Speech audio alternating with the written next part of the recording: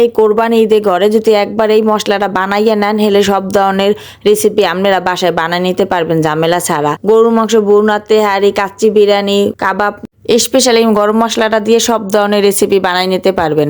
Special এই মশলাটা বানানোর লোকে প্রথমে এই জায়গায় নিয়ে নিচ্ছি হাফ কাপ ধনিয়া, 1/3 কাপ নিয়ে নিচ্ছি আস্তা জিরা, আর দিয়ে দিচ্ছি 1/4 কাপের অর্ধেক ছোট এলাচ, 1 টেবিল চামচ দিয়ে দিচ্ছি জয়ত্রী, আর দিয়ে দিচ্ছি 2টা স্টার মশলা, দিয়ে দিছি বড় একটা সাইজের জয়ফল, আর দিয়ে দিছি বড় 2টা এলাচ, আর এই জায়গায় দিয়ে দিছি 1/4 কাপের অর্ধেক কালো গোলমরিচ, আর দিয়ে দিছি সাদা গোলমরিচ 1 টেবিল চামচ, 1/4 কাপ দিয়ে দিছি দারচিনি, আর দিয়ে দিব শাহি জিরা 1 টেবিল চামচ,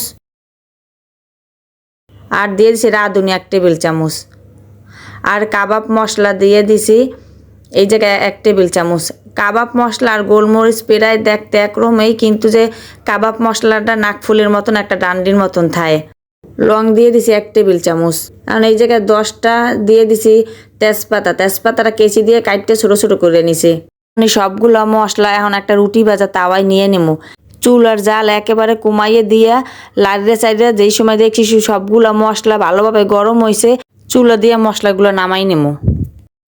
যেই সময় দেখ মশলাটা ঠান্ডা হয়েছে, গরম ভাপটা গেছে, এই সময় সাথে সাথে মশলাগুলো ব্লেন্ডারে জারে নিয়ে গুঁড়ো করে নিতে হইবে। এই জায়গায় মশলার পরিমাণ বেশি দেখে ব্লেন্ডারে জারে 2বার করে নিতে হইবে। এই জায়গায় প্রথম ব্লেন্ডার জারে দিয়া আবার একটু লাড়িয়ে চাইড়ে চামচ দিয়ে এরপর আবারও ব্লেন্ডার করে নিব, যাতে ভালোভাবে মশলাগুলো সবগুলো গুঁড়ো হয়। প্রথম ধাপে মশলাগুলো গুঁড়ো হয়েছে সুন্দর মতন, দ্বিতীয় ধাপে ব্লেন্ডারে দিয়ে আবারও এইগুলোও প্রথমবারের মতন আবারও গুঁড়ো করে নেব। সবগুলো মশলা সুন্দর মতন গুঁড়ো করে নিছি। আপনাকে ব্লেন্ডার যদি ভালো করে একবারে গুঁড়ো না হলে আপনারা চাইলে দ্বিতীয়বার আবারও ভালোভাবে গুঁড়ো করে নেবেন। এখন এই একটা কাচের বয়মে মশলাগুলোরে নিয়ে নেব।